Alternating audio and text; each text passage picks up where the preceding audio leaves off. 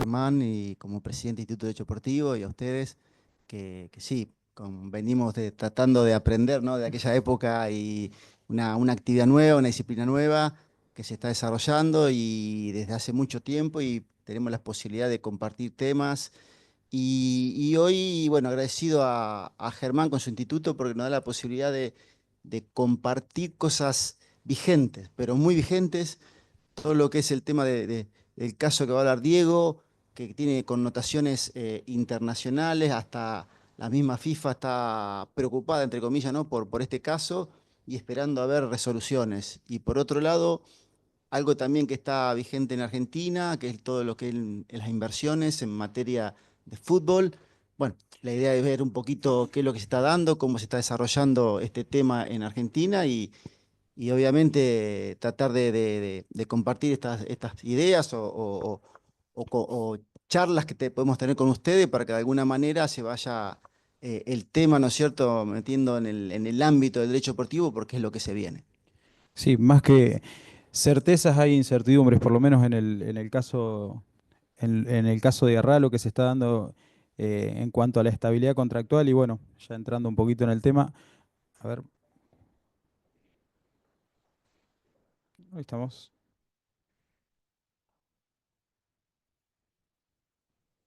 Bueno. Entonces, nada, como decíamos recién a Hernán, lo conozco del año, no sé, 2008, 2009, que veníamos ya al Instituto de Derecho Deportivo y este tema ya se trataba y se sigue tratando. Y la gran pregunta y acá, para pasar esto,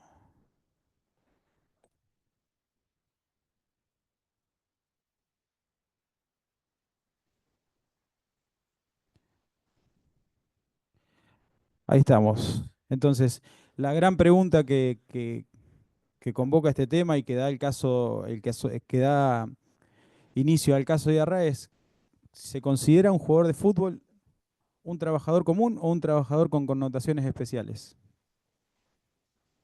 Eh, entonces, básicamente, desde la especialidad, desde el derecho deportivo, desde el derecho de fútbol, se considera que un deportista y específicamente un jugador de fútbol profesional tiene connotaciones especiales en cuanto a su relación laboral, ¿no es cierto? Entonces, muchas veces se va a regir, o la gran mayoría se va a regir por la normativa federativa, en este caso con componentes internacionales, se va a regir con la normativa FIFA y a su vez la normativa FIFA es la que va también a bajar sus lineamientos a las federaciones nacionales. Entonces, la primera pregunta barra eh, derechos y obligaciones en pugna es si el jugador de fútbol es un trabajador especializado o es un trabajador común y corriente, y en base a eso lo va a regir la normativa de derecho común, como cualquier trabajador, ¿no es cierto? Entonces, una de las grandes diferencias y que nos convoca con este tema es que cualquier trabajador, ya entrando al derecho común, puede renunciar a su trabajo, cosa diferente que es lo que ocurre con un jugador de fútbol, que no existe la figura de la renuncia, sino que existe la rescisión de contratos sin justa causa o con justa causa. Entonces, esa es la gran diferencia en donde siempre esa rescisión, lo que en el derecho común se llama renuncia, va a tener consecuencias. Entonces, las consecuencias de lo que es la rescisión sin justa causa, repasando un poquito antes de ingresar al tema DIARRA propiamente, es que va a tener consecuencias el jugador, el club también, pero bueno, en este caso vamos a abordar desde la perspectiva del jugador, va a tener consecuencias económicas. Esas consecuencias económicas pueden estar previstas en una cláusula de rescisión, o bien se van a calcular de acuerdo a ciertos parámetros que fija FIFA a través del artículo 17, que vamos adelantando que de por sí ya se venía diciendo que no son claros y lo viene a ratificar la sentencia que vamos a analizar. Tiene sanciones económicas, como dijimos recién, sanciones deportivas. Estas sanciones deportivas se van a dar siempre y cuando el jugador rompa su contrato o rescinda sin justa causa en el periodo protegido. O sea, cuando firma su contrato eh, antes de los 28 años, el periodo protegido son 3 años o 3 temporadas completas, y cuando firma como mayor de 28 años son 2 temporadas o 2 años completos. Entonces, básicamente las consecuencias son económicas y deportivas para el jugador. Ahora bien, la solidaridad es otra consecuencia más que se desprende de este esquema, en donde el club que vaya a contratar este nuevo jugador, que vaya a contratar este jugador que rescindió sin justa causa, va a ser solidariamente responsable en las consecuencias económicas y deportivas. Entonces, ahí es donde al jugador, más allá de tener las consecuencias, como dijimos antes, también se le complica la posibilidad de conseguir un nuevo club que lo vaya a contratar, porque quien lo contrate va a ser responsable y va a tener que asumir las sanciones económicas de una ruptura y deportivas. Entonces, es complicado para un jugador conseguir un nuevo club en esta situación. Y otra consecuencia más, como si fuera poco, eh, la retención del CTI. O sea, solamente un jugador puede ser inscripto en una federación cuando la federación del club anterior emite el CTI y envía el CTI. Sin este CTI, el jugador no puede ser habilitado. Si bien puede haber una habilitación provisional y hay excepciones, pero ya es una traba más que tiene el jugador a la hora de ser contratado por un nuevo club. Entonces, como vemos, la, las consecuencias son sumamente gravosas de romper un contrato sin justa causa. Es bastante complicado desde todo punto de vista, desde lo económico, desde lo deportivo y desde conseguir un nuevo club. Estos son, se podría decir que esto es la base o los cimientos para la estabilidad contractual, y la estabilidad contractual es lo que basa el sistema de transferencias. O sea, que existe una transferencia onerosa de un jugador implica de que el jugador no se puede ir libremente, sino que tiene que evitar todas estas consecuencias, y el club, para liberarlo, percibe un dinero para evitar todo este tipo de sanciones y que pueda ser transferido a otro club. Entonces, esto sería el esquema de estabilidad contractual, básicamente desde la perspectiva de una rescisión de contratos sin justa causa, pero que va a marcar por qué un jugador no se puede ir libremente de su club, a diferencia de cómo podría ser cualquier trabajador que puede renunciar, como decíamos antes, a su trabajo y continuar con su vida laboral sin ningún problema. Ahora sí, entrando ya a qué fue lo que pasó con este fallo o esta... Sí, es una sentencia, pero de una opinión consultiva que viene de un tribunal de Bélgica. Básicamente, Diarra tenía una... Hay mucha gente, ¿no? Tenía una vida licenciosa, fue contratado por el Lokomotiv, lo cual dio lugar a que el Lokomotiv lo despidiera con causa. A los fines de abordar el tema, haberlo despedido o se produjo la rescisión de contrato con justa causa, implica de que el jugador incumplió el contrato, entonces se asemeja a la ruptura sin justa causa por parte del jugador. O sea, se tratan similares. O sea que para el caso es similar. Entonces, el Lokomotiv lo despide con causa o rescinde su contrato con justa causa y inicia un proceso inicia un proceso ante FIFA. Mientras tanto, inicia este proceso ante FIFA, el jugador Diarra recibe una oferta de contrato. Recibe una oferta de contrato en donde esa oferta de contrato del Charleroi eh, tiene dos condiciones. Tiene dos condiciones suspensivas en donde le dicen, mirá, vos vas a ser contratado siempre y cuando nos garantices que no vamos a ser solidariamente responsables y que vamos a obtener el CTI a los fines de inscribirte. Entonces, era la primer traba que tenía que sortear Diarra a los fines de ser contratado por su nuevo club. Tanto Diarra como el club envían consultas a la Federación Belga y a FIFA a los fines de que le den una respuesta respecto de estas cuestiones, porque, a ver, el nuevo club lo que estaba diciendo, yo no induje o no No tuve nada que ver con la rescisión del contrato del jugador, simplemente lo quiero contratar, entonces no tengo por qué soportar las consecuencias económicas y deportivas, básicamente. Tanto de FIFA como de la Federación Belga, no se obtuvo respuesta positiva, por lo cual la oferta de contrato cae. Tal es así que Diarra no fue contratado. Entonces, mientras transcurre esta situación, Diarra con su nuevo club y con la FIFA, sale la condena eh, en la CRD, en la Cámara de Resolución de Disputas de la FIFA, y después fue confirmada en el TAS, en donde lo condenan al pago de 10,5 millones de euros por haber rescindido sin justa causa. Entonces, ahí es donde Diarra lo que se siente que sufrió un perjuicio en el sentido de que, si bien él fue condenado, pero tuvo además otra sanción de que le truncaron la posibilidad de ser contratado por un nuevo club. Hasta ahí eh, tiene que pagar 10,5 millones y no pudo ser contratado por un nuevo club. Una vez que sale la resolución de FIFA y fue confirmada por el TAS, fue contratado por el PSG, pero bueno, Diarra, ante esta situación, inicia en los tribunales de Bélgica una reclamación a los fines de que le reparen este daño que él había sufrido por no haber sido contratado o no haber podido ser contratado por un nuevo club. Hasta ahí más o menos ese es el cuadro de situación.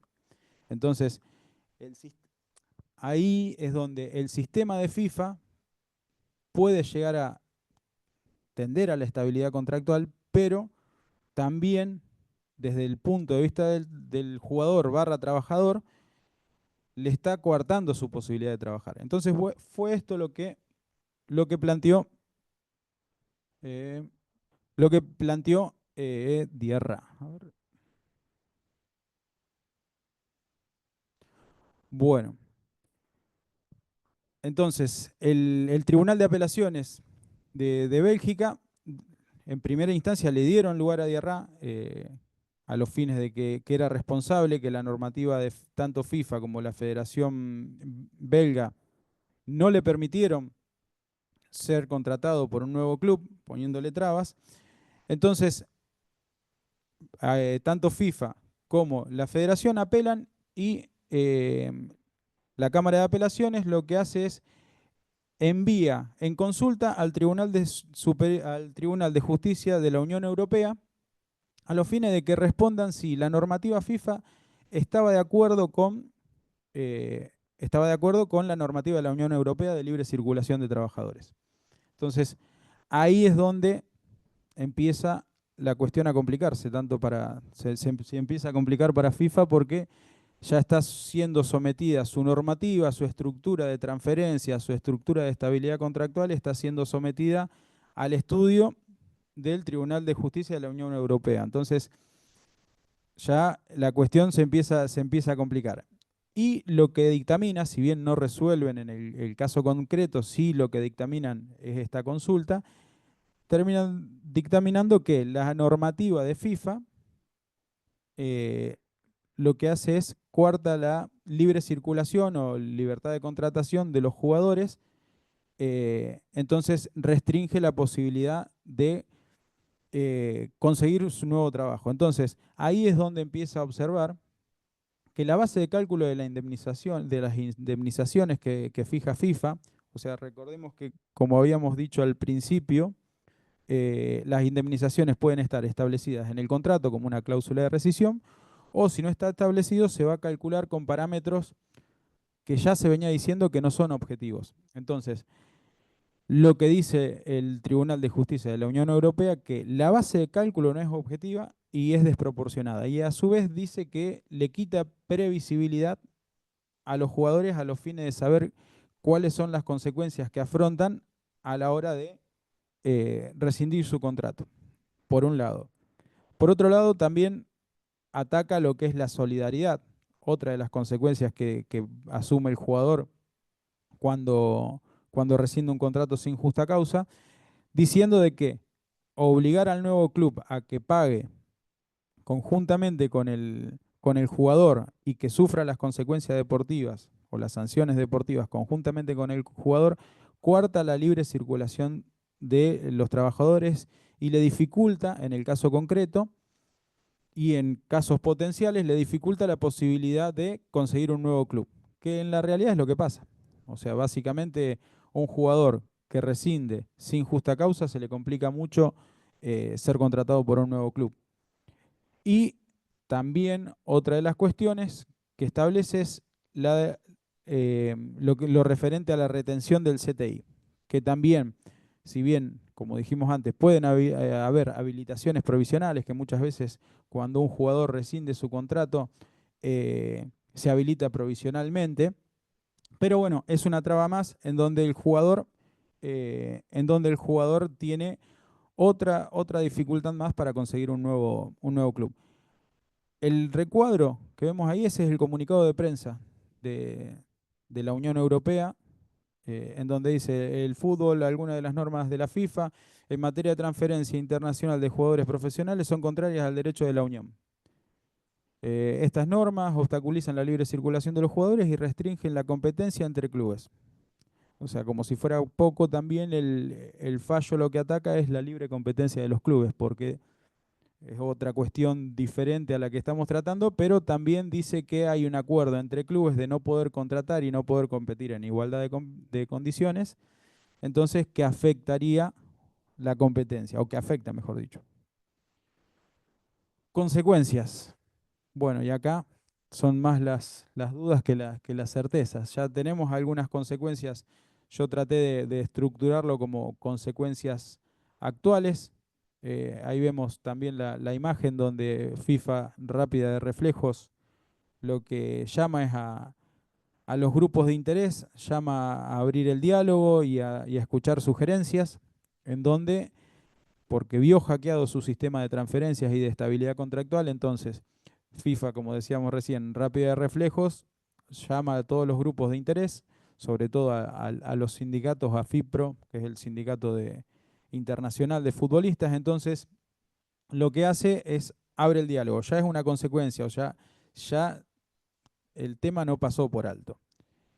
Y una de las cuestiones que creo que es la más relevante que salió antes de ayer o ayer, una cosa así, que en definitiva no fue publicado por FIFA, lo que hizo FIFA es suspendió todas las sanciones y los procesos en curso respecto de este tema, o sea, todo lo que son sanciones deportivas respecto de rupturas de contratos, de ruptura de contratos sin justa causa provocada tanto por jugadores, entrenadores, y las sanciones deportivas impuestas respecto de la solidaridad. Entonces, creo que es una medida importante porque ya está diciendo de que un jugador que, que procedió a romper un contrato sin justa causa, hoy por hoy ya no tiene sanción, por lo menos temporalmente suspendida, pero hoy por hoy un jugador que rescinde su contrato sin justa causa, hoy por hoy no tiene sanciones deportivas. Entonces ya eh, hizo mella la cuestión.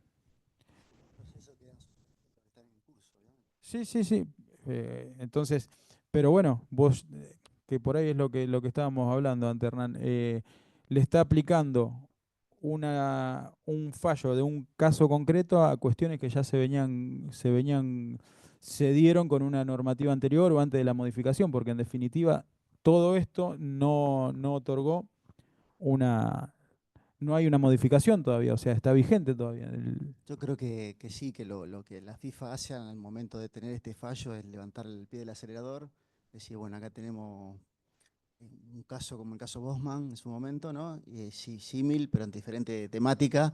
Y bueno, empieza la revolución interna y estatutaria y los procesos en trámite. Y bueno, vamos a ver hasta dónde se frena, hasta dónde se para, o esperar la resolución final, de qué manera, ¿no es cierto?, queda el caso para ver con esa resolución final cuáles serían las consecuencias reglamentarias de la FIFA, que llamó a que la mayoría al mundo a que opinen o que den una opinión con respecto a cómo quedaría o redactado el famoso artículo 17, que hoy en día está cuestionado. Claro. Y otra de las consecuencias, ya calculo ahí entramos a las dudas que tenemos todos sobre esta situación. eh, Una es cómo va a quedar el reglamento sobre el estatuto y transferencia de jugadores, que es la norma principal que rige la cuestión laboral de los jugadores con componentes internacionales y que a su vez es la que rige no sé, se aplica a la AFA también, no directamente, pero bueno, por referencia directa se aplica muchas veces la normativa FIFA. Entonces va a bajar al ámbito nacional por referencia directa a la normativa. Entonces, eso por un lado. Y otro, lo que estábamos hablando antes, que desde FIFA por lo menos dejaron deslizar de retirar la competencia del Tribunal del Fútbol para asuntos laborales. Y ahí la cuestión, por lo menos se empieza a complicar porque hasta ahora pareciera que el jugador, o sea, o los jugadores, jugadoras quedaron bien parados porque es todo ganancia, pero si le llegan a sacar la competencia del Tribunal del Fútbol, un jugador que está en cualquier país, China, Indonesia, Vietnam, puede ir hoy a reclamar a FIFA en un proceso relativamente sencillo online a que si FIFA llega a retirar la competencia del Tribunal del Fútbol en asuntos laborales, cada uno de los jugadores que tenga un conflicto y que muchos lo tienen, sobre todo por la falta de pago, tengan que ir a los países donde están contratados a iniciar una demanda. Digo que, fíjate que qué trabajo justamente para Sergio Marchi, Que recién es. que Sergio Marchi hoy, bueno, estamos enterando que ha sido designado presidente de la FIPRO, del Sindicato Mundial de Futbolistas. Entonces, justo en este momento, que es la pieza clave, ¿no? En todo esto, con respecto a los derechos de los trabajadores, este caso, la normativa, es decir, bueno, se metió justo en el tsunami y creo que la función es importantísima de parte del sindicato para, no sé si destrabar, porque esto está planteado y de alguna manera las consecuencias van a estar, pero lo que sí, bueno, es tratar de adecuar de la mejor manera posible una normativa para que sea acorde a la realidad, ¿no es cierto?, con un fallo, porque si hay una jurisprudencia es una realidad que hay que tomarla, y el sindicato obviamente en defensa de los trabajadores, de los futbolistas en el mundo. Sí, y bueno, esa sería una de las consecuencias disvaliosas para los jugadores. La realidad es que viene a traer también un poco o viene a plasmar una situación que ya se sabía, que un jugador no tiene seguridad a la hora de romper un contrato sin justa causa, no tiene seguridad de saber cuánto es lo que debe pagar, si bien tiene certeza en lo que respecta a las sanciones deportivas, en lo que tiene que pagar, de hecho, las resoluciones o los laudos del TAS y las resoluciones de la CRD dentro de todo son bastante parejas, pero los laudos del TAS son, te puede salir tanto un monto muy alto o muy bajo, entonces eso plantea una situación de inseguridad jurídica. Y ahora bien, como consecuencias lo plasmé, ¿qué consecuencias locales? O sea, si el sistema de transferencias baja los montos de transferencia porque van a ser más objetivos y proporcionales a lo que gana el jugador, entonces, ¿cómo quedan parados los clubes formadores? O sea, nosotros vivimos en una zona o un país donde la mayoría de los jugadores son, o sea, la mayoría de los clubes, perdón, son formadores. Entonces, va a bajar los porcentajes. Muchos de los clubes, y sobre todo de esta zona, guardan porcentajes de futuras transferencias. ¿Cómo quedará eso si bajan los montos? Mecanismo de solidaridad, perdón, que va atado a los montos de transferencia. Entonces, es un momento que, nada, estamos a la expectativa, pero bueno, esperemos que vengan cosas mejores y que no sea una destrucción total, ¿no?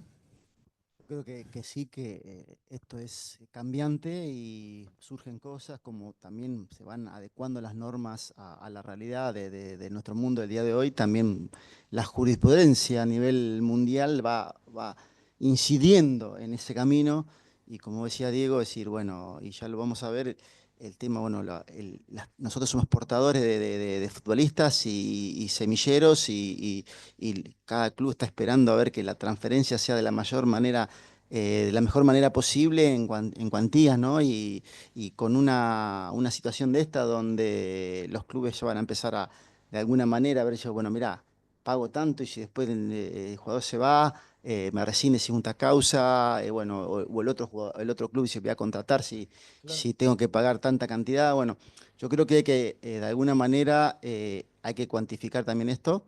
De otra forma, el artículo cuantifica cuánto puede cobrar el jugador en caso de ruptura contractual. Eh, Creo una vez que quede firme esta posición, obviamente que va a salir el reglamento adecuado, o una de la idea como también puede ser que dejen libre la jurisdicción laboral, pero lo veo muy dudosa. Sergio Marchi va a tener que trabajar mucho en ese aspecto y bueno, todo abierto, ¿no? Todo abierto porque una resolución que beneficie a un determinado jugador afecta al mundo y en todos los aspectos y bueno, acá estamos tratando de por lo menos tratar de plantear el cuestionamiento para que empezamos a analizar de qué se trata todo esto. Sí, sí, o sea, Diarra vino a patear el tablero, o sea, en términos futbolísticos se llevó la pelota, o sea, básicamente le fue favorable dentro de todo, o sea, no alcanzó a cubrir lo que él pagó, lo que él le tuvo que pagar al Lokomotiv. Lo que pasa también que es una cuestión complicada a los fines de cuantificar. Las transferencias muchas veces tienen un valor de mercado y no está relacionado ese valor de transferencia de un jugador, eh, no está relacionado con lo que percibe el jugador. Entonces, ahí la dificultad, y sobre todo los clubes nuestros, argentinos y más del interior, donde vos decís, mira, tengo una promesa, como ha pasado en los clubes acá de Rosario, que vos lo venden en montos millonarios y a lo mejor la remuneración o el salario o el contrato, como quiera llamarse, del jugador no acompaña o no es acorde a ese monto de transferencia. Entonces, si atar lo- la indemnización por una ruptura sin justa causa, en un monto que tenga que ver con la remuneración del jugador, obviamente los montos millonarios que se han transferido a algunos jugadores difícilmente se pueda llegar a dar o van a tener que buscarle una vuelta para que se dé. Obviamente que sí, digo, eso es un tema que va a empezar a plantearse y evaluarse y va a ser una problemática que va a estar arriba de la mesa en el momento de decir, bueno, qué política, llámese institucional, deportivo, directores deportivos, decir, bueno, en materia de transferencia, cómo avanzamos? ¿Cómo seguimos? Contratamos jugadores y después pasa tal situación. Bueno, esto es en Europa, pero se va a trasladar en diferentes normativas o diferentes tribunales y entonces, bueno. ¿Hasta dónde estiramos la sábana para ver si en un momento viene el frío y quedamos sin poder cubrirse, ¿no? Así que bueno, básicamente es un tema de bastante actualidad y volvemos a la pregunta del principio. Entonces, si un jugador de fútbol profesional es un trabajador especial o es un poquito menos especial después de esto, de este cambio. Así que bueno, muchas gracias. Y bueno, seguimos acá con la exposición de Hernán. Bueno, gracias a ustedes, los que están obviamente vía Zoom y bueno, al Instituto de Derecho Deportivo y obviamente al Colegio de Abogados de Rosario por tratar de exponer y tratar de que uno pueda compartir determinados temas en derecho deportivo que nos apasiona y nos une y bueno, desde el punto de vista técnico vamos a hablar de las inversiones en el fútbol. Es un tema que está obviamente hoy en boca. Ya Germán y otros colegas dentro del instituto se han explayado sobre lo que son las sociedades anónimas deportivas. Que sabemos que hay un DNU que está activo sobre sociedades comerciales, la posibilidad de sociedades comerciales. También es una forma de ingresar los capitales privados al fútbol. Pero bueno, en ese aspecto no vamos a dejarlo a un costado, que ya lo han hablado y perfectamente. Lo que nosotros intentamos ahora es decir, parte de lo que está comentando Diego es una forma de invertir en el fútbol. Hay varias formas de poder llegar a un capital privado de que pueda participar en la vida institucional de un club, ¿no? Ya sabemos que en Argentina son asociaciones civiles sin fines de lucro, y que estas asociaciones civiles sin fines de lucro están como es, regida en nuestro Código Civil, el artículo 168 y siguientes, ¿no? Y la principal problemática que tienen es decir, bueno, ¿cómo generamos recursos? ¿Dónde sacamos los recursos? Como decía, el derecho de formación, un mecanismo de solidaridad, tratamos de tener un jugador, hacer un convenio para que el día de mañana poder tener un ingreso. La vida institucional de los clubes se limita obviamente a generar recursos para poder subsistir en toda su disciplina, no solamente en el fútbol profesional. Eh, Aquí, como podemos ver, normalmente en el ámbito del fútbol tenemos los ingresos por sponsor, por patrocinios, transferencias, préstamos, derechos audiovisuales, etcétera. Hay muchas alternativas. Eh, lo que sí, reglamentariamente en Argentina, a través de la AFA, la Asociación de Fútbol Argentino, en el año 2000, ante la necesidad y la crisis que estaba en nuestro país, reglamentó, ¿no? Reglamentó lo que es el gerenciamiento deportivo. ¿Ah? Es una forma de ingresar el capital privado, que puede ingresar un capital privado a las asociaciones civiles sin fines de lucro. ¿Qué son un contrato de gerenciamiento? Son contratos netamente atípicos, no están establecidos ni regulados, pero son contratos atípicos, innominados, que depende obviamente de la voluntad de las partes, ¿tá? Y de la libertad contractual. Es decir, cada una de las partes se juntan, realizan un contrato de gerenciamiento, establecen sus condiciones, sus particularidades, que ya lo vamos a ver, y entra en funcionamiento. Eh, Como podemos ver, llevándolo al contrato de gerenciamiento a nivel deportivo en el fútbol, es cuando un tercero ajeno, un gerenciador, ¿no es cierto?, explota una determinada actividad, una disciplina, en este caso hablando de fútbol, la actividad disciplina, que es el fútbol, en una institución deportiva. Eso es lo típico, es el contrato de gerenciamiento deportivo. Ahora, es importante también analizar esto. ¿Por qué? Porque en nuestro país, a través del boletín de AFA 3095-2000, estableció la posibilidad que las asociaciones civiles puedan, puedan contratar o ingresar capitales privados a sus instituciones. ¿Cuáles eran las principales formas que teníamos en ese momento antes del dictado del gerenciamiento? Es decir, era común que los clubes, para poder conseguir dinero, aparte de las cuotas societarias, de sponsor y demás, celebraban contratos con terceros privados diciendo, bueno, tengo este jugador, tengo este jugador, tengo tal jugador, bueno, te, eh, te vendo tal porcentaje de derechos económicos. ¿Tá? Entonces, ¿qué hacían los clubes? Decían, bueno, mira, tengo el jugador X, dame tanto dinero, te doy el 10. Tal otro jugador, te doy el 20.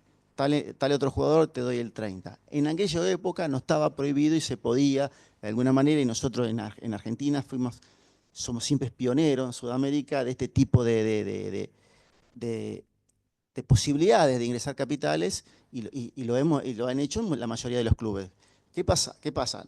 No había una regulación en el momento de que el jugador se vendía, aparecían, en vez de que se haya vendido el 100%, habían porcentajes que llegaban al 120, 130, 140, 150%. Entonces se generaba un caos jurídico, no terminaba cobrando nadie o terminaban haciendo con esa cesión de derechos de esos porcentajes un proceso judicial que de alguna manera no se podían cobrar nunca. Entonces los clubes hicieron de un dinero al momento de pagar las sesiones que habían realizado, no las pagaban y obviamente los inversionistas dejaron de alguna manera de participar bajo este esquema, que terminó eh, prohibiéndose a través de las normativas de la FIFA, donde prohibió que un tercero pueda tener derechos económicos, salvo el club anterior o el club que lo tuvo federativamente o el mismo jugador, pero los terceros que querían invertir y que lo habían hecho a través de esta posibilidad de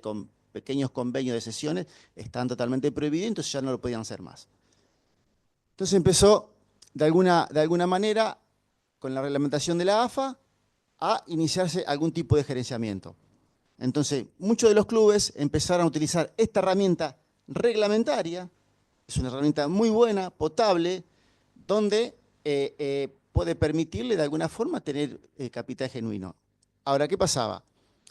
Empezó de alguna manera que los presidentes de los clubes o los allegados de los clubes hacían contratos de este tipo de gerenciamiento con los mismos clubes y por un lado no había certeza jurídica, porque el presidente del club decía, bueno, yo pongo 10, como sucede, pero después no puedo sacar esos 10 y perdimos 3 partidos seguidos y me había comprometido a ingresar otra cuota o a tal resultado y no pongo más dinero, entonces esa cadena se cortaba. Ese contrato, entre comillas, de gerenciamiento entre una institución deportiva, una asociación civil, con algún integrante o el presidente o algún amigo o empresario amigo, se cortaba. Entonces se cortaba por los resultados deportivos, entonces de alguna manera, o porque no podía retirar el dinero, de alguna manera este gerenciamiento que está reglamentado empezó a dejarse de usar, ¿no? ¿Por qué? Porque este era el círculo que daba vueltas sobre lo mismo y entonces se comprometía algo que después nunca se cumplía y si se cumplía algo tampoco tenía la posibilidad de alguna manera cómo recuperar ese dinero. Pero es una herramienta muy importante que hoy en día yo creo que hay que utilizarla, hay que ayornarla. ¿Por qué?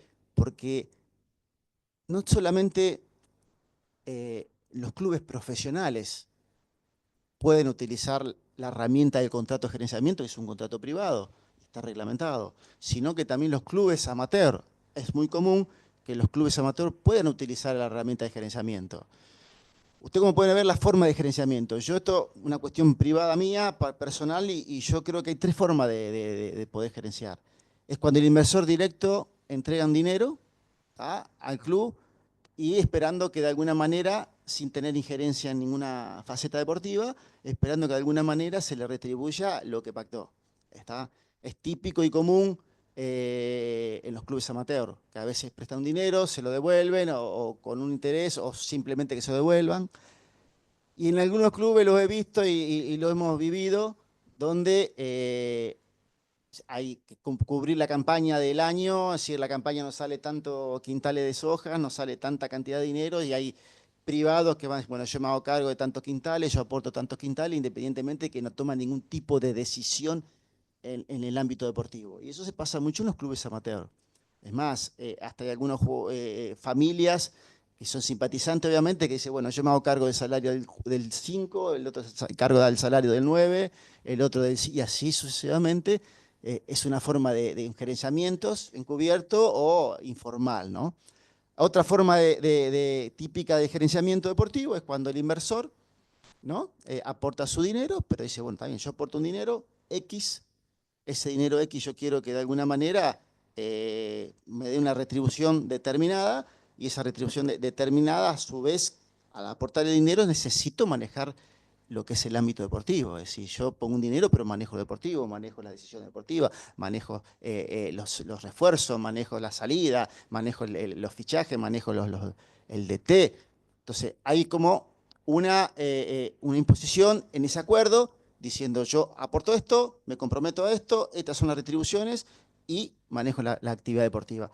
Y lo último, forma de gerenciamiento encubierta de alguna manera es cuando generalmente la gente de empresario dice, bueno, son agentes de fútbol, vinculados al fútbol, y dice, mira, yo no quiero celebrar ningún tipo de contrato con vos, no quiero compromiso económico, yo aporto jugadores, aporto el director técnico, aporto plantilla y bueno, después a lo mejor tengo un ingreso o no, o solamente me sirve de revalorizar el jugador que juegue, obviamente con ciertas particularidades, que tenga que jugar, los jugadores que te traigo, saldrán en la primera venta o estará en un mercado, dos y se venderá. Y entonces el empresario que aportó materia prima, jugadores y un DT, revaloriza su capital, pacta condiciones para que el día de mañana sean vendidos, obviamente. ¿Qué pasa en esta convivencia, ¿no? Del club amateur o el club profesional? Ya típicamente un club profesional, con el gerenciador. Es decir, normalmente vemos particularidades que pactan en un contrato, como lo podemos ver la magnitud y la importancia de un contrato de gerenciamiento en una institución, sí o sí debe ser aprobado por la asamblea de socios, ¿no? Entonces es un elemento jurídico a tenerlo muy importante, a tenerlo en cuenta el momento de que ustedes estén parte de una institución o asesorando a un gerenciador. De típico requisito, necesitamos el aval de la asamblea de socios. Por otro lado, hay 4 o 5 puntitos importantes que, como los pueden ver ahí, que sí o sí es parte de la negociación del contrato de gerenciamiento, es decir, el manejo de la actividad deportiva. ¿Tá? Como dije, la típica, la forma clásica de gerenciar, yo pongo dinero, quiero manejar las contrataciones y la cuestión deportiva, el destino deportivo de la institución. Después, los costos, cuánto invierto, de qué manera tengo las retribuciones. Después, qué porcentaje, normalmente hay un porcentaje que lo destinan al fútbol, un porcentaje a las instalaciones, un porcentaje a inversiones. Es un contrato bilateral, acuerdo de parte. ¿Está? Son cuestiones importantes que hay que tener en cuenta, ¿no es cierto?, para un contrato de gerenciamiento, como así derechos y obligaciones, garantía de qué manera voy a cumplir esos derechos y esas obligaciones. ¿Está?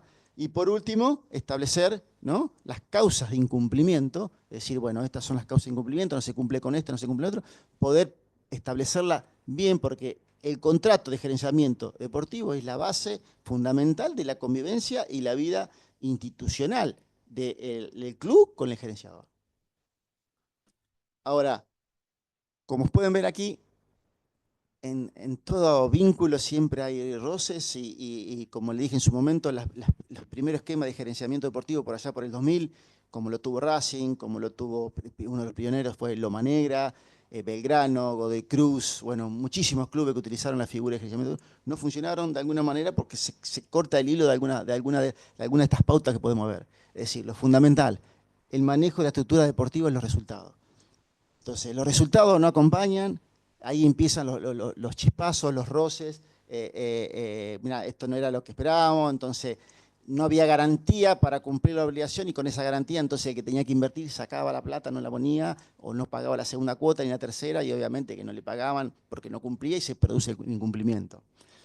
A veces, por eso es importante establecer, como son asociaciones civiles sin fines de lucro y tienen las autoridades tienen un periodo X determinado de mandato, es importante ver por el periodo que se hace ese contrato de gerenciamiento, porque a veces dice, bueno, mira, me queda un año del mandato y digo, bueno, pero los resultados y la cuestión económica me urge, tengo que hacer un contrato de gerenciamiento, viene Diego y dice, no, yo quiero hacer 4 años, no quiero poner un dinero para hacer un contrato por un año. Entonces, bueno, hicimos un contrato de 4 años, está bien, está establecido, aprobado por asamblea y bueno, al año siguiente viene otra comisión directiva y dice, bueno, mira, esto no, nosotros no lo firmamos y bueno, cuestiones que ya sabemos que pasa en la vida institucional del club y eso que afecta a los contratos de gerenciamiento.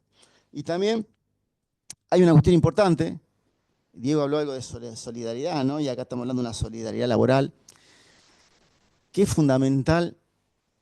¿Qué sucede? Que el gerenciador viene y contrata jugadores, contrata DT, contrato personal. Digo, bueno, acá vamos a tener un canchero, vamos a tener a alguien que riegue, vamos a poner a alguien un utilero, todo lo que fuera. ¿Qué pasa? Diego, los 6 meses se fue. O antes de irse, echó al 90% de las personas jugadores o personas contratadas para mantenimiento de la institución. Y Diego se fue. Entonces esa persona va y a la justicia laboral y dice, bueno, yo quiero que me paguen. Me echaron, no, pero a vos te echó el gerenciador. Bueno, hasta hay fallo en el gerenciamiento de Racing, en un fallo laboral que condenaron solidariamente a la gerenciadora como a la institución. Entonces, esto por eso es importante cómo se establecen y las garantías que se establecen en el contrato de gerenciamiento, porque si, bueno, es decir, se va el gerenciador y todos los juicios laborales por la solidaridad laboral que establece el artículo 30 de la Ley de Contrato de Trabajo van a ser condenados solidariamente al pago de las deudas que surjan, ya sean por indemnizaciones, sea obligaciones sociales que no se pagan, de la seguridad social, aportes, van a ser condenados los clubes por contrataciones que hicieron los gerenciadores. Entonces, yo creo que una figura muy importante, está vigente, hay alternativas que hay que modificar, situaciones que hay que modificar. Yo creo que hay que dar certeza jurídica, porque esta herramienta es muy importante. ¿Por qué? Porque es un beneficio para las instituciones deportivas que puedan ingresar capitales privados, sí, obviamente. Pero hoy tenemos las asociaciones civiles sin fines de lucro, ¿y cuál es la herramienta que tiene? El contrato de gerenciamiento. Pero sí necesitan la certeza jurídica. ¿Para qué? Para aquel que invierte, Diego dice, yo voy a invertir 6 millones de dólares en 6 años o en 4 años, pero necesito también que el club cumpla con mis obligaciones. Y el club va a decir, sí, Diego, yo quiero que vos vengas, pero ¿cómo sé que vos vas a cumplir con los 6 millones de dólares que vos te comprometés? Entonces, esa certeza jurídica que hoy no está, yo creo que hay herramientas para trabajar, para crear. Este es un estatuto que está establecido a través de la AFA, que está reglamentado. Por ejemplo, la FIFA establece una cámara compensadora. ¿Por qué no exigirle a Diego, que va a hacer un contrato de gerenciamiento, que Diego sus 6 millones de dólares lo deje depositado en un banco, en una cámara compensadora, X en un banco determinado, o que ponga un seguro de caución que se va a cumplir, que él va a cumplir con su obligación monetaria? ¿Y por qué no el club decir, bueno, está bien, yo garantizo, dejo el dinero acá, y el club si no me paga, voy a tener que ir a la justicia ordinaria para iniciar un reclamo en cada uno de los lugares donde se encuentra el club para que la justicia me 6, 7, 8 años a ver si me paga el club? No, hay una estructura federativa, llámese de FIFA, llámese de AFA en este caso, que puede participar y garantizar que el club cumpla esas obligaciones asumidas en un contrato de gerenciamiento con sanciones disciplinarias. Llámese prohibición de fichaje, quita de puntos, desafiliación. Entonces, hay herramientas jurídicas para darle al contrato de gerenciamiento en nuestro país certeza jurídica, que es lo que se está necesitando para que tanto el inversor como el club tengan garantizada que ese contrato de alguna manera, que es voluntario y que las partes lo acordaron, se cumpla. Ahora bien, es una forma muy importante de gerenciamiento deportivo. ¿Qué está sucediendo por estos momentos? ¿Qué es lo que ha pasado o lo que sucede? Tenemos dos cuestiones que están latentes y que es en estos momentos. Por un lado tenemos lo que es el caso River Plate. River Plate que dice, yo no tengo liquidez, necesito dinero, necesito hacer obras, necesito avanzar con las obras, quiero hacerlas rápido porque eso me da una posibilidad de seguir mejorando institucionalmente. Ahora, ¿qué pasa? Como todos los clubes, tengo derechos para cobrar, tengo derechos de televisión, derechos de sponsor, de un montón de derechos que yo los puedo utilizar para garantizar un acuerdo y poder tener capital genuino. Entonces, ¿qué es lo que ha formalizado? Ha formalizado un fideicomiso financiero que es muy interesante, es muy bueno. ¿Por qué? Porque digo, yo tengo que hacer una infraestructura, pero también no tengo la plata ahora, pero tengo para cobrar, entonces digo, planifico. ¿En cuánto tiempo necesito terminar la infraestructura? ¿Qué dinero necesito utilizar? ¿Y cómo lo voy a devolver? ¿Y con qué capital lo voy a devolver? Porque no es dame plata en un banco o lo que fuere y bueno, vemos qué pasa después. No, el fideicomiso financiero está armado para que estas pautas, estas particularidades estén todas ensambladas para que esto funcione y que sea útil para River, para el que invierte, ¿no es cierto? Y para todas las partes que forman parte de este fideicomiso. Entonces, River dice, nosotros queremos hacer un nuevo polideportivo dentro del Monumental para canchas de fútbol, de vóley, de handball, de futsal, lo que fuere. Necesitamos hacer una infraestructura. Quieren hacer un nuevo edificio educativo, donde dice, en ese nuevo edificio vamos a tener más de 1.700 alumnos que van a ser parte de ese instituto nuevo. Un predio importante para las juveniles, donde tienen planificado hacer más de 6 canchas de fútbol. Y reforma en el estadio, ¿no? En el estadio Monumental, donde quieren unificar las tribunas. Bueno, todo eso son obras de infraestructura que necesitamos hacer. Entonces, vamos a alargar un fideicomiso. Entonces, generan un fideicomiso y dice, ¿quiénes son las partes de este fideicomiso que podemos hacer? Por un lado, tenemos el fiduciante, que es el administrador, que es el agente de cobro, que es River Plate. ¿Tá? La otra pata de fideicomiso es el fiduciario, que es el banco de valores, que actúa como emisor y colocador, ¿no es cierto?, de las letras. Y hay un coorganizador que también es el Banco de Valores, ¿no es cierto? Y otra empresa inversionista que se llama Portfolio Personal, Inversiones Sociedad Anónima. Y acá viene lo importante, es decir, ¿con qué garantizo yo la devolución del dinero para hacer ese fideicomiso y que esos derechos que yo tengo al cobro pasan a ser los bienes fideicomitivos, que son los bienes que forman parte del fideicomiso, para garantizar el dinero que yo voy a recibir, ¿no es cierto?, en las ofertas públicas que va a hacer. Y ese contrato de fideicomiso, obviamente, que tiene un plazo, ese plazo está establecido 30 meses, es decir, tampoco es un fideicomiso a 20 años, sino un fideicomiso corto a 30 meses. Entonces, dice, ¿cuánto dinero vamos a necesitar por estas obras de infraestructura que necesitamos hacer? Y el dinero que necesitamos es decir, bueno, 20.000 millones de pesos son, bueno, 200 millones de, no, 20 millones de dólares, 20 millones de dólares, necesitamos esa cantidad de dinero para obra de infraestructura.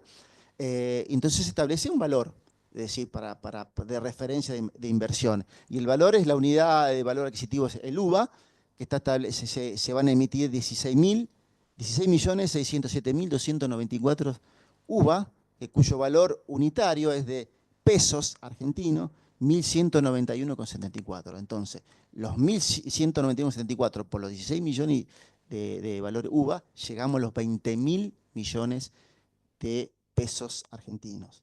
Entonces, cualquiera, esto es lo importante, que cualquier persona, simpatizante o cualquiera puede invertir en este fideicomiso de River Plate con una inversión mínima de adquirir de 10 uvas.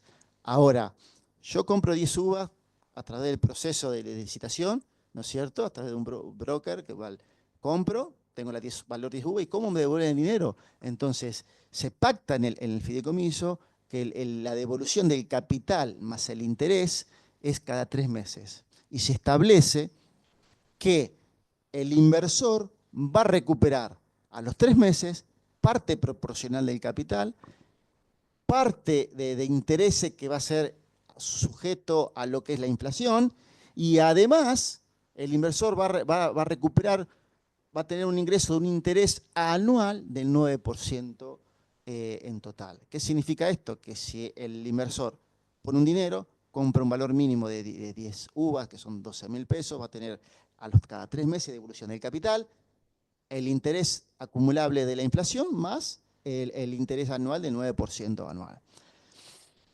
Bien. Esto es importante. ¿Por qué?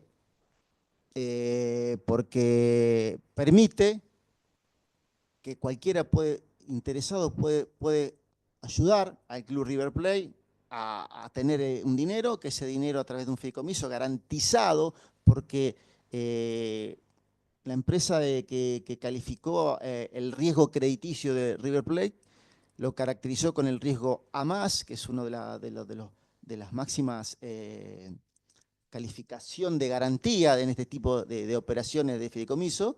Entonces, ¿por qué? Porque River aportó derechos garantizables, los derechos que establece, por ejemplo, por la explotación de la imagen del Monumental. Puso como activo la empresa que se encarga de la imagen del Monumental, la aportó como ese derecho lo aportó dentro de los bienes fideicomitivos y aportó varios derechos y subsidiariamente otros derechos que son importantes, que garantizan que de alguna manera el inversor pueda cobrar su acreencia. Por eso la empresa crediticia lo estableció como los créditos de categoría más. Así que es una forma de invertir en el fútbol, una forma de invertir en infraestructura. Aquí no corre en riesgo la asociación civil, no es una sociedad anónima deportiva, de cual forma parte es un fideicomiso, no afecta las decisiones deportivas de la institución, ni la particularidad, ni las disciplinas de los socios. Entonces es una forma nueva, interesante y efectiva de poder invertir en las instituciones. Y por otro lado, también vigente, que está, no se sabe mucho, por ahí lo que podemos decir ahora o que puede estar viendo ahora se puede cambiar, es el caso de Estudiante de La Plata, que es otro caso diferente al de River. Acá no es un fideicomiso para obra de infraestructura, pero sí Estudiante de La Plata, a través de su no sé, presidente y también Sebastián Verón, que desde hace mucho tiempo viene charlando con inversores, llegó a un acuerdo con el inversor Gilet, por el cual este inversor se compromete a invertir más de 150 millones de dólares, distribuidos esos montos de inversión en determinadas particularidades, una cantidad de aproximadamente de 100 millones destinados a las obras, a la construcción de, como es de obras para la institución de estudiantes y también para la incorporación de futbolistas. Y por otro lado, se dice que puede haber una suma destinada para ponerse en un plazo fijo, que ese plazo fijo podía generar un ingreso de aproximadamente 3, 4 millones de dólares por año y con ese dinero, de alguna manera, se utilizaría para mantenimiento de lo que es la institución, pero anual, los costos anuales de la institución. Digo, esto está ahora, porque se está charlando ahora, es muy hermético, en teoría de lo que surja de acá de este acuerdo, se va a tener que trasladar a una asamblea de socios y ser aprobada por los socios, obviamente. Y lo que sí siempre se destacó, que en ningún momento este acuerdo que sea aprobado por los socios o no, va a poner en juego lo que es ni la en garantía, ¿no es cierto?, por el dinero que se recibe, ni lo que es la sede, ni el country de estudiantes, ni el estadio, obviamente. Y en ningún momento la institución deportiva Estudiantes de La Plata va a dejar de ser asociación civil sin fines de lucro. Lo cual, que parte de lo que se estaba hablando para garantizar esta inversión es ver de qué manera se comparte los derechos de televisión, ¿no es cierto?, el tema de sponsor, de patrocinio, los premios que puedan conseguir de AFA, de Conmebol, de las cuotas societarias, de la venta de jugadores, bueno, todos los ingresos que de alguna manera genuino tienen los clubes, de qué manera o porcentual se charla y se negocia con esta empresa. Y también hay determinados eventos privados que se van a realizar o se pueden realizar en el año siguiente y que son parte también de que se compartirían. Ahora, lo importante, y ya para ir terminando con respecto a este tema, es cuál es la figura jurídica que se va a tomar con respecto al inversor privado. Ya no es un fideicomiso como River, puede ser o no una forma de gerenciamiento deportivo establecido en el estatuto de AFA, contrato privado, ¿no es cierto? Entonces hay que ver si se otorga o no la disciplina deportiva. Y se habla de varias alternativas. Entonces, como primera medida podemos decir, Estudiantes de La Plata es una asociación civil sin fin de lucro, pero tiene una personería jurídica. La personería jurídica pueden contratar, pueden celebrar contratos, obviamente que sí, pueden participar en determinados acuerdos societarios, sí. Entonces aquí hay que ver, se dice que puede ser que se constituya una sociedad mixta, que es una sociedad mixta, es decir, bueno, Estudiantes de La Plata forma de cero una nueva sociedad, tiene una participación X con un inversor u otra sociedad. Entonces son accionistas, si es una sociedad anónima o depende de la figura jurídica nueva que se cree para este esquema, ¿no es cierto?, entre comillas, de gerenciamiento. Ya dijimos que de ninguna manera se va a cambiar Estudiantes de La Plata como asociación civil, entonces puede ser que tenga un tipo de participación y sea una sociedad mixta. Por otro lado, Estudiante de La Plata puede llegar a formar parte o adquirir o de alguna manera acciones de una sociedad que esté constituida, puede llamarse asociación, una sociedad anónima deportiva, una sociedad comercial, formar parte, es decir, de alguna manera es interesante saber cuando se exprese el acuerdo en que han llegado, aparte de las particularidades, los montos, las garantías, qué se pone de garantía, en qué se va a invertir, en qué porcentaje, cuál es la figura jurídica que de alguna manera se va a plasmar y que debe ser aprobada por la Asamblea de Accionistas de Socios para ver si pueden funcionar en base al acuerdo que están planificando. Pero es una manera de invertir, es una manera de ingresar capitales privados. En este caso dejaron claro que no se va a modificar lo que es la asociación civil sin fin de lucro a Estudiante de La Plata, no va a afectar su vida social ni su vida institucional, y que tampoco van a delegar, como si fuera un gerenciamiento deportivo, la actividad deportiva. ¿Ah? Es decir, le reitero, en estos momentos se está gestando esto, se está negociando, se está charlando, posiblemente ahora en diciembre salga este acuerdo a aprobarse o no, obviamente que sea puesto en orden del día y aprobado por los socios, pero es una alternativa importante también que se está buscando para el ingreso de capitales privados. Ahora, hay muchas alternativas. Insisto que el gerenciamiento deportivo es muy importante si se le da certeza jurídica y es lo que se viene y de alguna manera los inversores están, los clubes tienen que bueno, conseguir las herramientas jurídicas para poder garantizar los derechos y las obligaciones a los cuales tienen y se comprometen.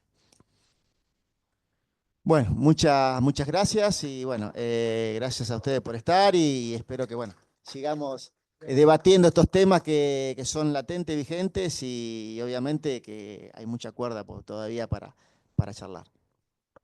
O sea, que hay alternativas a la sociedad anónima.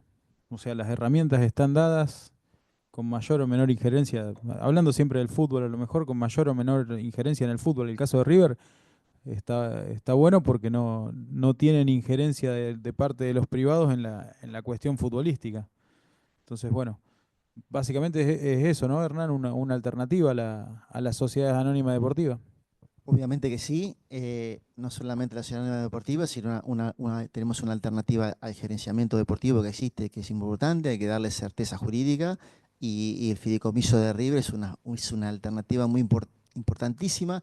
¿Por qué? Porque es una forma de mejorar todo lo que es la infraestructura, ¿no es cierto? Porque si yo tengo derechos a cobrar, ¿qué hago? Sí, bueno, pero esta cuota la tengo dentro de 3 meses, la otra cuota en 6 meses, de tal manera no sé si la voy a cobrar, tengo que empezar la obra, a mí me dice tengo que poner todo el dinero porque el 50% de lo que quiero hacer y bueno, en vez de las 4 horas de infraestructura que quiero hacer, hago una porque no me alcanza, pumba, vamos con las 4 horas de infraestructura que quiero hacer, vamos con el fideicomiso.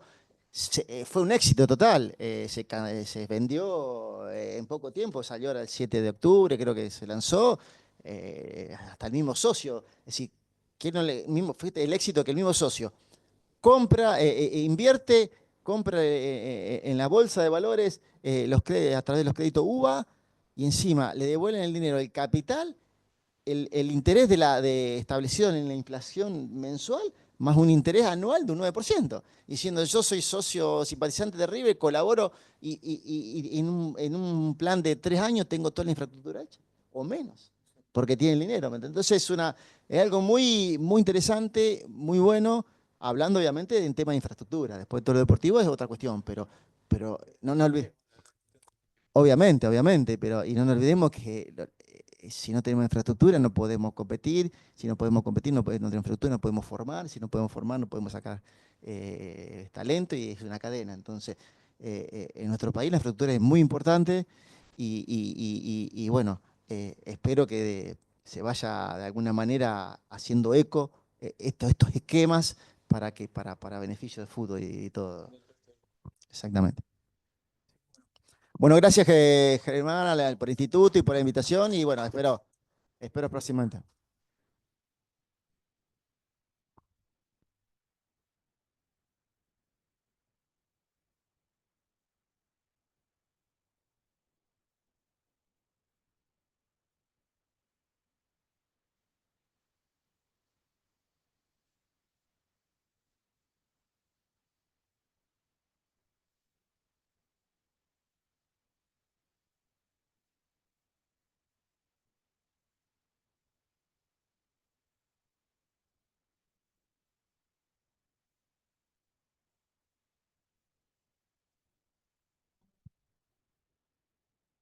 Hola, los chicos que están en Zoom, las personas que están en Zoom, si tienen alguna pregunta, habíamos visto que se levantaron una mano, si hay alguna duda para los dos panelistas, abran el micrófono y lancen nomás.